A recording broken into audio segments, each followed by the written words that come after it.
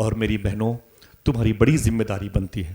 حضور غوث اعظم سرکار نے لوگوں کی نگاہوں کی پاکیزگی کا بڑا انتظام فرمایا. آج میری ماں بہنوں کی گود میں جو لڑکیاں پیدا ہو رہی ہیں ان کی ذات سے تھوڑی دشواری پیدا ہو گئی. میں اپنی بہنوں سے گزارش کر رہا ہوں کہ خبردار، اس وقت ملک ہندوستان میں ایک بڑی جماعت کے نشانے پر آپ ہیں. لوگ آپ کی عزتیں لوٹنا چاہتے ہیں، لوگ آپ کے عقیدے کو چھیننا چاہتے ہیں. آپ کے وہ ہونٹ جو درود پڑھنے چاہیے تھے، وہ درود پڑھنے کے بجائے خنزیر کا گوشت کھانے والوں کے لب سے لب ملے ہوئے. میری بہنوں ایک بڑی تعداد مسلمانوں کی ہے، لڑکیوں کی ہیں جو جسمانی خواہشات کی تکمیل کے لیے اور موبائل کے ذریعے سے اسکرین پر نظر آنے والی لڑکیوں کے انداز کو اپنانے کے چکر میں اپنا مذہب داؤں پہ لگا رہی ہیں. غیروں سے دوستی انہیں طوائف خانے پہ لے کے جا رہی ہے. سمجھ رہے ہیں آپ؟ غیروں سے دوستی انہیں چکلا خانے پہ لے کے جا رہی ہے. نہ جانے کتنی لڑکیاں ہیں جنہیں غیر اپنی ہوس کا نشانہ بناتے ہیں. 2-4 سال کے بعد انہیں اسٹیشنوں پہ چھوڑ دیتے ہیں. پھر کوئی بڑا گروپ آتا ہے ان کے ہاتھ پاؤں کاٹ کر کے ان سے بھیک منگواتا ہے. دوسرا گروپ آتا ہے اسے کسی طوائف خانے بھیج دیتا ہے. اے میری بہنوں تم سے گزارش ہے، اللہ کے نبی صلی اللہ علیہ وسلم کی شہزادی مخدومہ کائنات کے دوپٹے کے صدقے میں عصمت کو اپنا زیور بنا لو، حیا کو اپنا زیور بنا لو، بہت سنبھل کر کے چلو. جب بھی تم گھر سے نکلو، میں ماؤں سے بہنوں سے گزارش کر رہا ہوں، تو کبھی بے وضو گھر سے باہر نہ نکلنا. انشاءاللہ بولے میری بہنیں اسے یاد کر لے. کبھی بے وضو گھر سے باہر، اور کبھی بھی کوئی خوشبودار چیز لگا کے گھر سے باہر نہ نکلے گی انشاءاللہ. آپ سے گزارش کر رہا ہوں کہ آپ اپنے محلے میں ان بچوں کے لیے کم سے کم 3 سال تک تو قانون شریعت کا، بہار اردو کا، تعلیم الاسلام کا انتظام کرے. ان بچیوں کو پتہ چلے کہ حلال کیا ہے، حرام کیا ہے. ان بچیوں کو پتہ چلے جائز کیا ہے، ناجائز کیا ہے.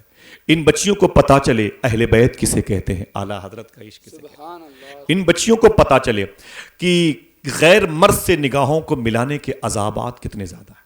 جب یہ بچیاں بڑی ہو جائیں تو کوئی انہیں کوئی پھول پیش کرے تو یہ کہہ کے ٹھوکر مار دیں، میرے مذہب میں غیروں کے ہاتھوں سے تحفہ لینا منع ہے. جب کوئی ان سے ٹیلی فون نمبر مانگے تو یہ کہہ دیں میری مذہب میں غیروں سے باتیں کرنا منع ہے. سمجھے؟ کچھ تعلیم تو دیجئے نا بھائی اپنے بچوں کو. کل میں ایک جلسے میں نور بھائی مائک پر تھا، جیسے سلام پڑھ کے نکلا نا ویسے ایک صاحب بولے آصف بھائی یہ آپ کے قریب کا واقعہ، ویسے ہی خدا کی قسم میرا ماتھا ڈسٹرب ہو گیا، میں نیند نہیں آئی مجھے بہت دیر تک، 5-6 بج گئے صبح کے. بولے آصف بھائی دیکھو یہ لڑکی ہے، مسلمان ہے، نقاب اوڑے ہوئی ہے اور غیر مرد کے ساتھ ٹہل رہی ہے، ابھی مغرب سے پہلے پکڑی گئی ہے. بہت رونا آتا ہے. میں ہاتھ جوڑ کے گزارش کرتا ہوں اپنی بہنوں سے، اپنے گھروں میں رہا کرو. تمہارے لیے اللہ نے سب سے عظیم نعمت قرآن کی صورت میں عطا فرمائی. اسے پڑھا کرو. قرآن یہ سوچ کے پڑھا کرو کہ اسے مخدومہ فاطمہ پڑھا کرتی تھی، اسے امام حسن حسین پڑھا کرتے تھے. تم ان سے کیا باتیں کرو گی، وہ تم سے کیا بات کریں گے، وہ تمہارے جسم کے خریدار ہیں. تم اس سے کیوں نہ بات کرو جس سے مدینے والے آقا باتیں کیا کرتے. سبحان اللہ، سبحان اللہ. قرآن کو پڑھنے میں تمہیں جو لذت ملے گی خدا کی قسم کہیں اور نہیں ملے گی. تمہیں قرآن پڑھنے میں لطف نہیں آتا، موبائل مل گیا تو میری بہن غلط بات ہے. امام یافعی نے لکھا ہے ایک لڑکی تھی، وہ کسی مجلس میں 6-7 سال کی تھی، اپنی ماں کے ساتھ آ گئی. ماں کی انگلیاں پکڑ کے وہ بیٹھی رہی تو تقریر اس کا ٹاپک تھا قرآن پڑھا کرو، قرآن پڑھا کرو، قرآن پڑھا کرو. بچی کہتی ہے میں اپنی ماں کے ساتھ واپس آئی تو میری ماں تھکی ہوئی تھی، سو گئی. جب سو گئی تو میں نے چپکے سے وضو کیا اور قرآن پڑھنے لگی. اللہ پڑھ سکتی ہے کہ نہیں؟ تھکی ہوئی بچی قرآن پڑھ سکتی ہے کہ نہیں؟ جس سے لذت مل جائے وہ پڑھ سکتی ہے. لذت امام حسین کو ملی تو نیزے کی نوک پر قرآن پڑھنے لگے. لذت کہتے ہیں اسے. آپ پہلے قرآن تو پڑھیں. سمجھے آپ لوگ کیا مٹائیں گے یار قرآن کو؟ قرآن نہیں مٹے گا، نہ اسلام مٹے گا. فرماتے ہیں صوفی صاحب قبلہ جو لوگ مسجد کی آوازیں کم کرانے میں لگے ہوئے، دیکھنا کتنے لوگ سمجھتے ہیں، جو لوگ مسجد کی آوازیں کم کرانے میں لگے ہوئے ہیں ان سے کہہ دو کہ تمہاری تعداد کم ہو سکتی ہے، مسجد کی تعداد کم نہیں ہو سکتی. یہ بلندی کے لیے اسلام مذہب آیا، یہ بلندیاں بانٹنے کے لیے مذہب آیا ہے. لیکن پہلے وہ اخلاق تو اپنائے نا جسے قرآن کہتے ہیں. ہم تو پڑھتے ہی نہیں ہیں. قرآن کم سے کم روزانہ 3 آیت ہی صحیح دیکھ لیا کرو. انشاءاللہ بولے امام یافعی فرماتے وہ لڑکی تھی، اسے قرآن پڑھنے کا شوق پیدا. 6 سال کی لڑکی جلسے میں آئی، ماں بہنیں بیٹھی ہوئی کتنی بڑی تعداد میں، گرمی لگ رہی پھر بھی بیٹھی ہوئی ہیں. الحمدللہ رب العالمین. یہ سیکھ کے جائیں، قرآن چھو لیا کریں. عطر لگانے کا شوق ہے، خوشبودار کپڑے پہننے کا شوق ہے، تو وہی خوشبو نان الکوہل کے منگا کر کے قرآن کے جزدان پہ لگایا کرو، مصلے پہ سجدہ کرنے کی جگہ پہ لگایا کرو. انشاءاللہ جب مصلے پہ نماز کے لیے کھڑی ہوا کرو میری بہنوں، تو وہی خوشبو اپنے دوپٹے پہ لگایا کرو. اللہ کی بارگاہ میں خوشبودار بن کے جاؤ. یہ خوشبو فرشتوں کی غذا ہے. باہر خوشبودار لباس پہن کے جاؤ گی، شیاطین کی نظر پڑے گی. اور حضور نے فرمایا بد کردار لڑکی کی پہچان یہ ہے کہ اس کے جسم سے خوشبو آئے گی. باہر بد کردار لڑکی کی جو میک اپ کر کے بہت زیادہ نہ ٹہلتی، اس سے حضور نے ان کے کریکٹر کو اچھا نہیں کہا. اللہ معاف فرمائے. اور دعا کرے میری ماں بہنوں کی کوکھ سے پھر کوئی عظیم عاشق رسول کی پیدائش ہو. سبحان اللہ. ذرا محبت سے کہہ دے سبحان اللہ. امام یافعی فرماتے ہیں کہ وہ لڑکی قرآن پڑھنے لگی، قرآن کا ایسا چسکا لگا، 6 سال کی تھی قرآن پڑھتی تھی، 8 سال کی ہوئی قرآن پڑھنے لگی. بس یہ آخری بات. 9 سال 10 سال 12 سال 15 سال، جب 16 17 سال کی ہوئی تو راتیں قرآن پڑھنے میں، دن قرآن پڑھنے میں. سمجھ رہے ہیں؟ روٹی پکاتی تو قرآن کی آیتیں پڑھتی تھی، دال چاول بناتی تو قرآن کی آیتیں پڑھتی تھی، بستر پر بیٹھتی تو قرآن کی آیتیں، اٹھنے کے بعد وضو کر کے قرآن پڑھتی تھی. سبحان اللہ. باپ نے روتے ہوئے کہا میری بیٹی تو بڑی ہو گئی ہے، اب تیری شادی کے لیے مجھے کوئی لڑکے کی ضرورت ہے. لڑکی نے اپنے باپ کے پیر پکڑ لیے. دیکھنا کتنے لوگ سبحان اللہ کہتے ہیں.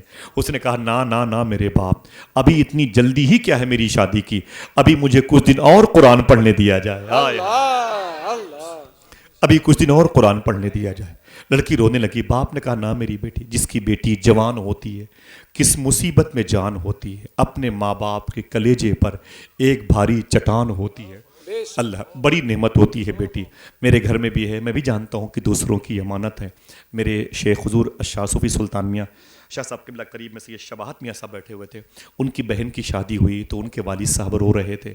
تو سید شباہت میاں شاہ صاحب قبلہ کے والد صاحب سے ایک صاحب نے کہا کہ آپ بیٹی کی شادی پہ کیوں رو رہے ہیں؟ آپ نے فرمایا کہ رو اس لیے رہا ہوں کہ آج سے میرا حق میری بیٹی پہ ختم ہو گیا ہے. بیٹیاں پرائے گھر کی زینت ہوتی ہے، مارا مت کرو. حضور اس سے ناراض ہوتے ہیں. کوئی چیز لایا کرو تو سب سے پہلے بیٹیوں کو دیا کرو. انشاءاللہ کہہ دیں بیٹیوں کے قدم میں اللہ نے بڑی برکتیں رکھی ہیں. موسیٰ علیہ السلام نے اللہ سے بات کی تھی، کہا اے میرے مولا، جب تو کسی بندے سے خوش ہوتا ہے تو اسے ظاہر کیسے کرتا ہے؟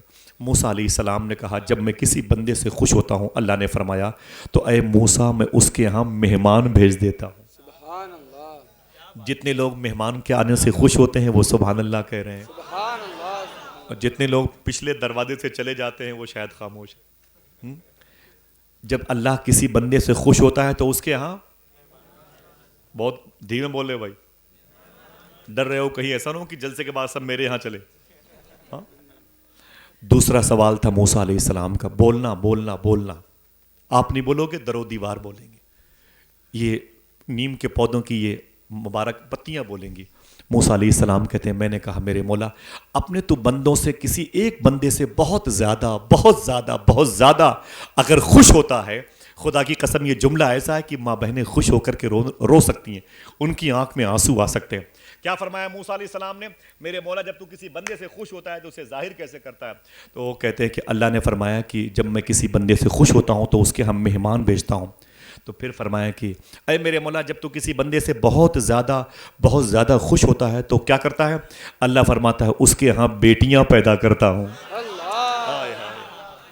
اللہ اللہ. بہنیں گھر میں ہیں کہ نہیں؟ بول دو سبحان اللہ. جن کی شادی ہوئی ان کی چھوٹی چھوٹی بچیاں ہیں کہ نہیں؟ ماشاءاللہ. گھر میں رہنا بچیاں اپنے باپ سے لپٹ جاتی ہیں. سبحان اللہ. کس قدر محبت کرتی ہیں، ذرا پیار سے کہہ دو سبحان اللہ. سبحان اللہ. اور یہ بہنیں بڑے عظیم رشتے ہوتے ہیں. شاعر نے کہا نہیں کہ لوٹا جو جنگ ہار کے، وہ راکھی کے ایک رسم کی ادائیگی کا اظہار کیا تھا شاعر نے، سمجھے؟ تو بڑا عظیم رشتہ ہوتا ہے بھائی کا بہن سے، بیٹی کا باپ سے. اللہ اس رشتے کی عزتوں کو کی پاسداری کی توفیق عطا فرمائے. آمین کہہ دو محبت سے. ماشاءاللہ اللہ آپ سب کے بیٹھنے کو قبول فرما لے. ایسا لگ رہا ہے کہ یہ محفل کسی سمندر کی لہروں پہ ہو رہی ہو، ہے کہ نہیں؟ سبحان اللہ. لہریں اپنا کام کر رہی ہیں, عاشق اپنا کام کر رہے ہیں. سبحان اللہ. یاد آئے گی یہ محفل. اللہ تعالیٰ آپ سب کا زمین پر بیٹھنا آسمان پر بیٹھنے کے مترادف بنا دے. دیکھیں قرآن قرآن قرآن. بچی کی شادی تو ہونی تھی, وہ قرآن پڑھنے والی بچی کی شادی ہو گئی. سبحان اللہ. اب وہ بچی سسرال چلی گئی. سسرال چلی گئی. جب 1 ہفتے 10 دن کے بعد واپس آئی, اپنے اپنے علاقے کی الگ الگ رسم ہوتی ہے. کہیں 2 دن کے بعد بچیاں آتی ہیں, کہیں 3 دن کے بعد, کہیں 8-10 دن کے بعد, کہیں 4 مہینے کے بعد. جب بچی 10 دن کے بعد آئی تو ماں نے اپنی بیٹی سے لپٹ کے رونے لگی.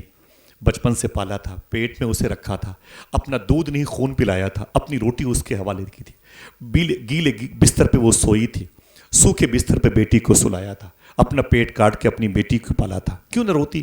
ماں اپنی بیٹی سے لپٹ کے رونے لگی. اپنی بیٹی کی آنکھوں کو دیکھا, کہیں آنکھوں میں گڈھے تو نہیں پڑ گئے. کہیں اس نے غور سے اپنی بیٹی کی صحت کو, میری بیٹی یہ بتا تو اتنی کمزور کیوں لگ رہی ہے؟ ماں نے اپنی بیٹی سے پہلا سوال کیا.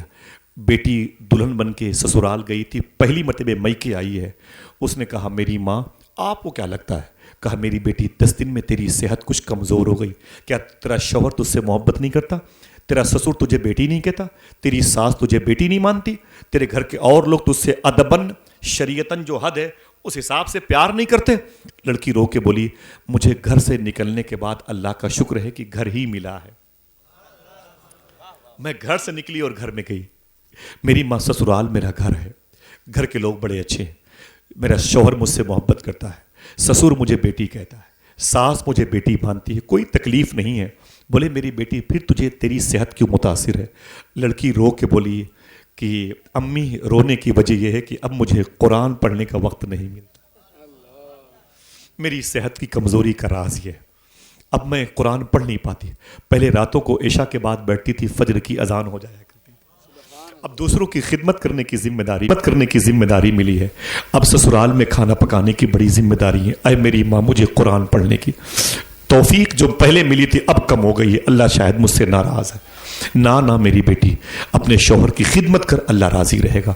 وہ امام یافعی عبداللہ یافعی اپنی کتاب میں فرماتے ہیں وہ بیٹی پھر چلی گئی, میکے سے سسرال چلی گئی. وہ لڑکی 2 دن 4 دن 10 دن تھی. ایک دن رونے لگی. رو کر کے اس نے اپنے شوہر سے کہا کہ اے میرے شوہر, جو مجھے میکے میں اور سسرال میں زیورات ملے ہیں اس کا مالک کون ہے؟ تو لڑکے نے کہا کہ اے میری بیوی اس کا مالک نہ میں نہ تیرا بھائی نہ میرا باپ نہ تیرا باپ نہ میری ماں نہ تیری ماں. بولے پھر ان زیورات کا مالک کون ہے جو اتنے تولے سسرال کے اتنے میکے کے؟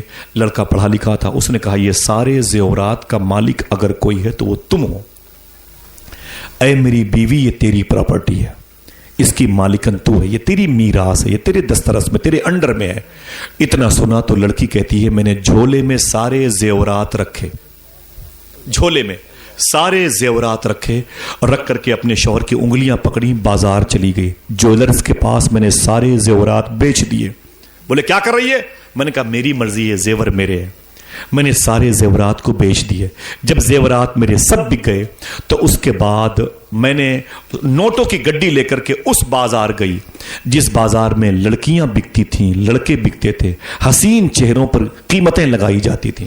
پہلے کے دور میں جیسے آج قربانی کے بکرے خریدے جاتے ہیں, مدینہ شریف اور مکہ شریف, بصرہ میں, ملک شام میں, دنیا کے بڑے بڑے ملکوں میں اسی انداز میں لڑکے لڑکیاں بھی بکا کرتے تھے. سمجھ رہے ہیں آپ؟ حضور کے پاس انہی بک کر کے آنے والوں میں زید بن حارثہ تھے, انہی بک کر کے آنے والوں میں جناب بلال حبشی تھے. ایک الگ ٹاپک ہے, سمجھ رہے ہیں؟ جیسے اس دور میں بکرے بکا کرتے ہیں ویسے پہلے کے دور میں لڑکے لڑکیاں بکا کرتے تھے.